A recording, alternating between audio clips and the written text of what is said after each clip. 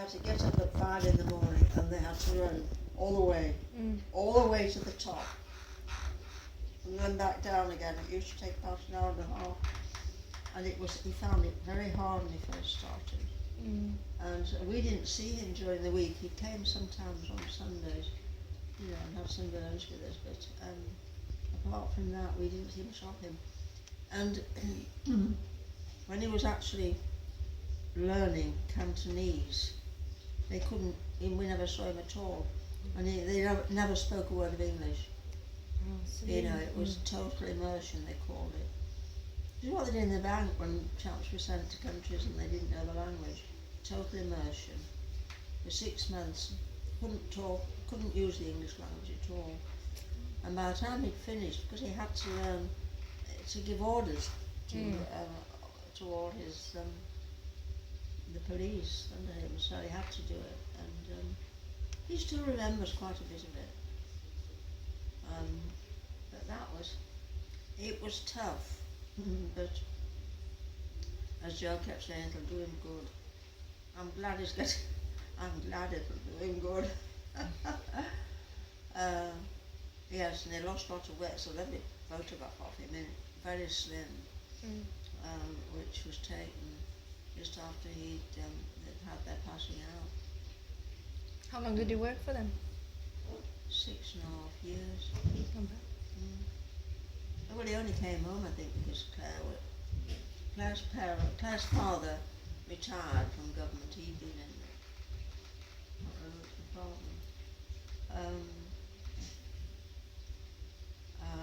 And he retired.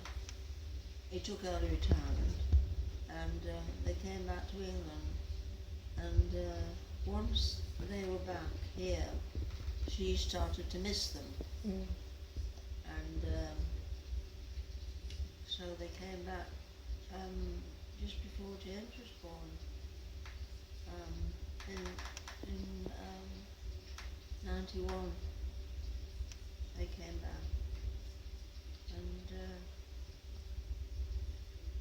and then he couldn't find a job that he liked because he had enjoyed the police force.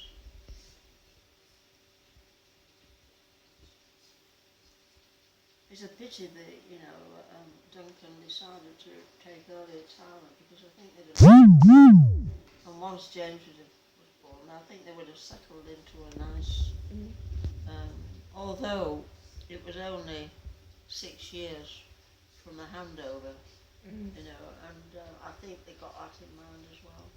But Nigel's got a friend who keeps in touch and comes to see him when he's in England, and he married a Chinese girl, and they've got 2 daughters, and they stayed in Hong Kong while they were at school. But they both came to universities in England, and of course they want to stay in England now, and his wife doesn't want to leave Hong Kong because her parents are there, and he's a bit fed up. So he's a very nice chap. So he started at the same time as Nigel, but no, he didn't want to stay on. But I mean, Lewis, I think for Lewis, I know that it's a bit dangerous at the moment in the army, but he's, when Julie walked out, he wouldn't go to school.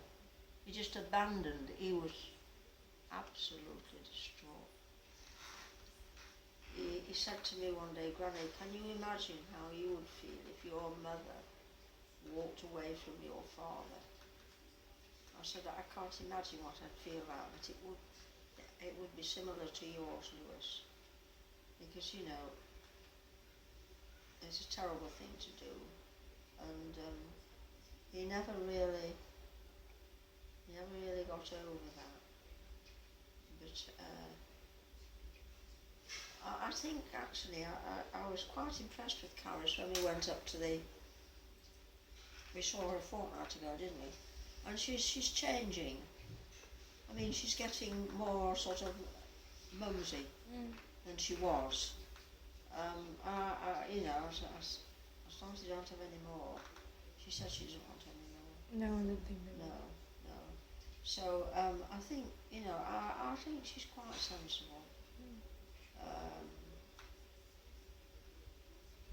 Yeah, I mean, she goes from a decent family. And, I don't see why she can't just start to be a mother and then get a job. I think she's looking for one now. I think Is she's got she? 2 offers, yeah. She's got 2 offers, so she's just choosing between which one. All right. What was she doing before she had